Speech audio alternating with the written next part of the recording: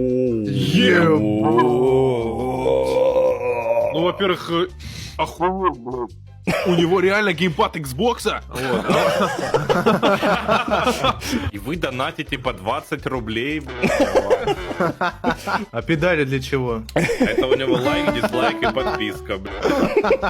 Недавние игры, вон CSGO, блядь, на руле катает. 3 педали, реально, одна педаль-то ходьба вперед, вторая. Бля, ну 180 ноускопа. Круто, блядь, крутанул. Блин, ну это все ради того, чтобы в GTA 5 RP таксистом работать, это, конечно... Ну, уважение, уважение. Ну классный чувак. А прикинь, если у этого чувака тупо нет рук, и он педалями пишет текст.